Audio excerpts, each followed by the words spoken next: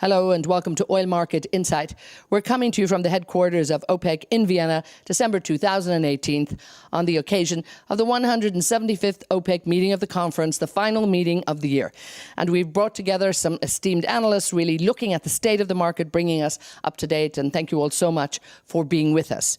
Bill Farron-Price joins us. Bill is the director of RS Energy Group. Thank you so much, Bill, for being with us. Amrita Sen, the head of research and chief oil analyst from Energy Aspects. And Jason Schenker, we're delighted you're here, president of Prestige Economics. Jason, if I could start with you, and perhaps when we look at the state of the global economy and something that all of the ministers will certainly be concerned about, bring us up to date in your take in terms of where are we at this time at the end of 2018? Well, right now we're at a point where we're looking ahead to 2019, and there are some risks ahead, especially for the global economy. There's still a lot of questions about what's going on with global trade. There's concern about higher interest rates, and there's concern about Chinese manufacturing. Those are a few big risks looking ahead that OPEC and oil analysts and everyone in general needs to be thinking about. I mean, a lot of uncertainty in the market. Jason, talk to us about the state of the U.S. market at the moment. Strong production there. And when we look at the Energy Administration, they're also talking about the fact that we're going to see more production coming on board next year. Yeah, that's right. So I think one of the big stories we've seen in recent years is U.S. production's increased, right? We've seen the shale revolution, and that's pushed things forward.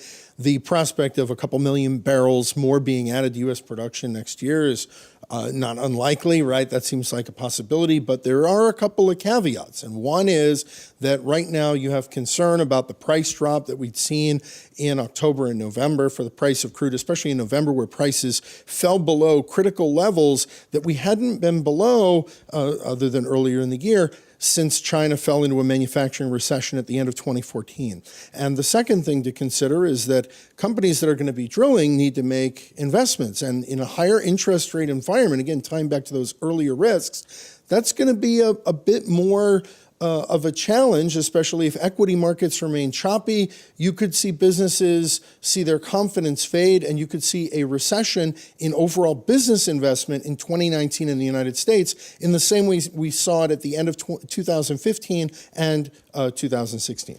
And I do want to talk a little bit more about investment, but now, of course, OPEC, its main focus will be to re-stabilize the market and make sure that that stability is put in place. Jason, when we look at the bigger picture, what do they need to be doing?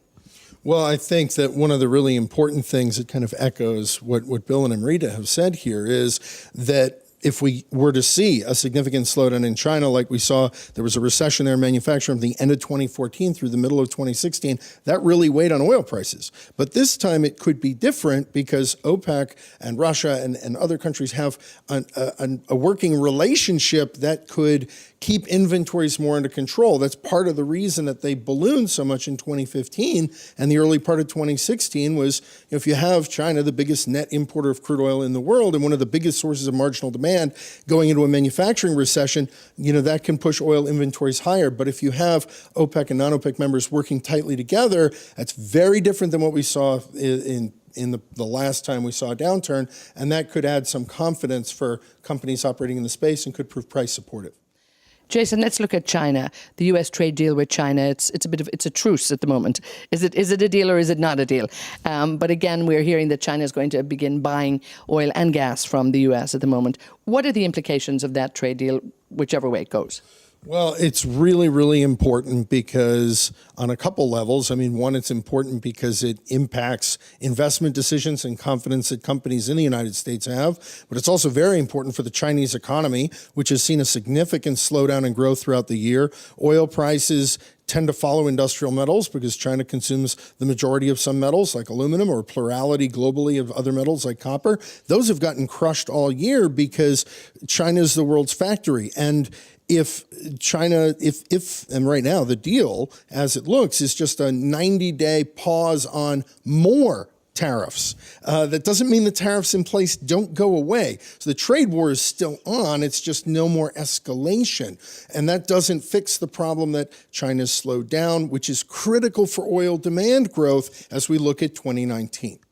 Jason, when we look at, what the consumer wants and we look around the world, obviously, they want lower prices at the pumps, but we've seen some disruption in Europe. But again, we have to take into consideration a lot of government taxes. This is what's going on in many, many countries here. But low prices are not necessarily good for the industry in the long term.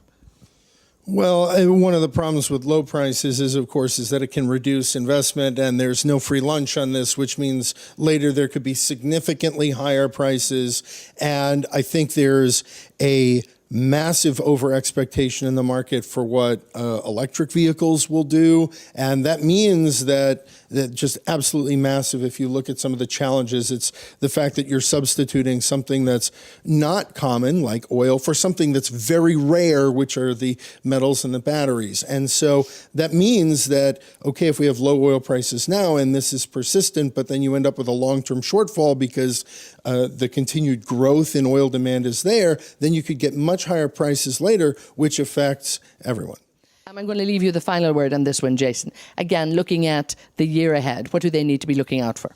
Well, I think the biggest thing are the macro risks, the risk of higher interest rates, tighter monetary policy, the trade risks that are out there, and the risk of a manufacturing recession in China, and the risk of a business investment recession in the United States. Those are the big risks. But against that, as we've kind of all mentioned, is the fact that OPEC and non-OPEC members working together has an impact on a bigger amount of production in the global oil patch. And that's something that could instill confidence in terms of pricing, and it could also prevent inventories from running away. Super. Well, thank you all so much for taking the time and sharing your expertise and sharing your thoughts with us. This has been Oil Market Insight on the occasion of the 175th OPEC meeting of the conference here in Vienna. Big thanks to Bill, to Amrita, and to Jason Schenker. Thank you all so much for being with us. And stay with us on OPEC.org, where we'll be bringing you up-to-date reports constantly throughout the year.